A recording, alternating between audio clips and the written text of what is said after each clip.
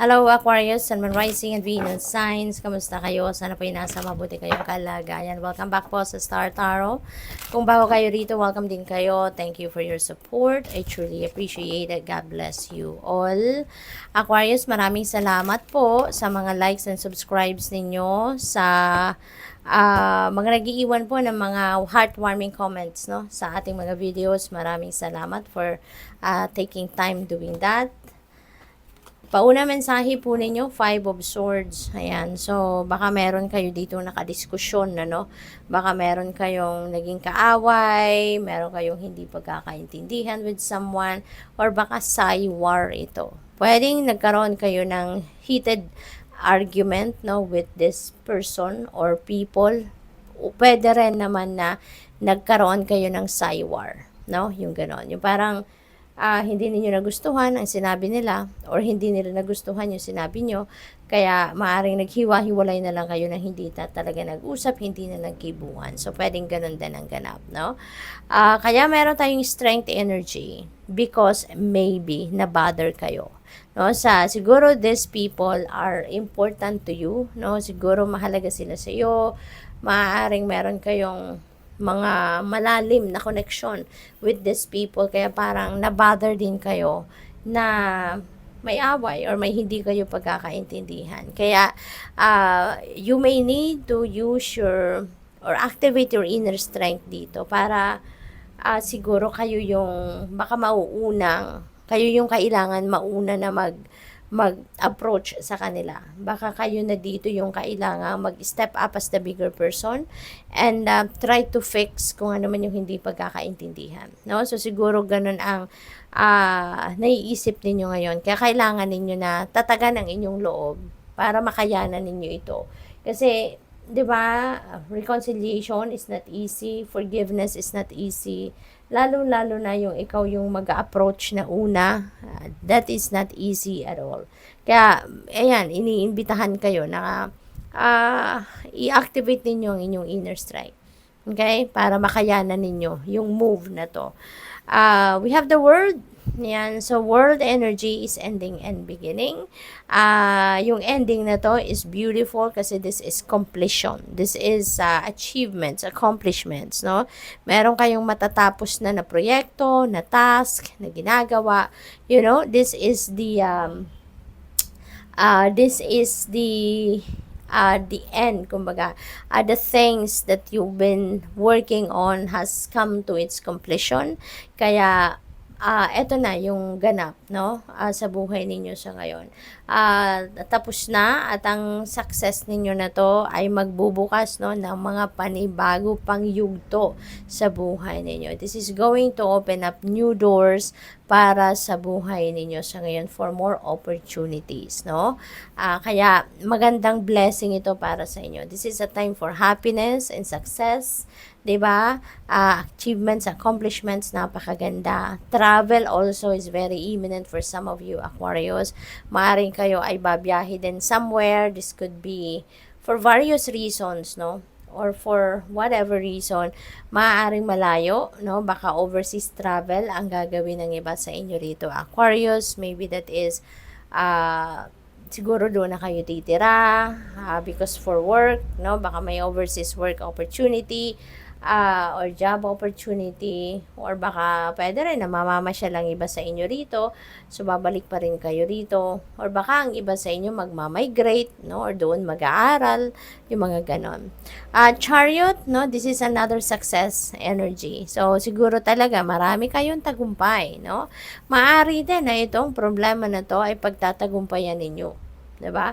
Siguro magre-reconcile din kayo dyan eventually. Maaaring maging receptive din ang mga taong you're dealing with dito, no? Yung mga nakagalit ninyo or mga hindi ninyo, yung mga taong walang pagkakaunawaan kayo. Sa ngayon, maaaring magiging effective din ang approach ninyo at baka kayo ay mag-reconcile din, no? So, maaaring isa yan sa magiging tagumpay ninyo.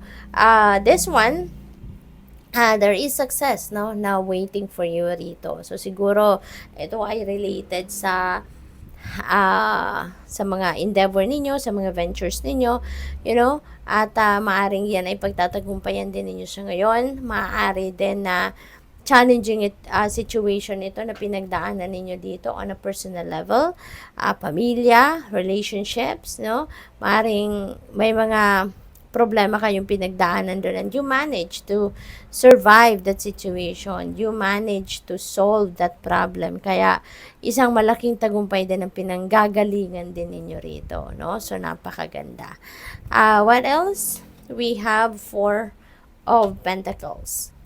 So this is a reminder para sa iyo, no, to manage your money wisely. This is a reminder for you na pag igihan ninyo ang pagbabudget ninyo, yung financial discipline ninyo, pairalin ninyo yan, palakisin ninyo, yung ganon. Kasi maybe ang iba sa inyo rito hindi masyadong magaling, no, mag-manage ng inyong pera. Maaring okay, may mga budget plan kayo pero hindi naman ninyo nasusunod. Maaring ganon, or hindi kayo yung parang inconsistent kayo, no, sa pagsunod ng inyong budget plan. Kaya this is a reminder for you to manage your money wisely, okay?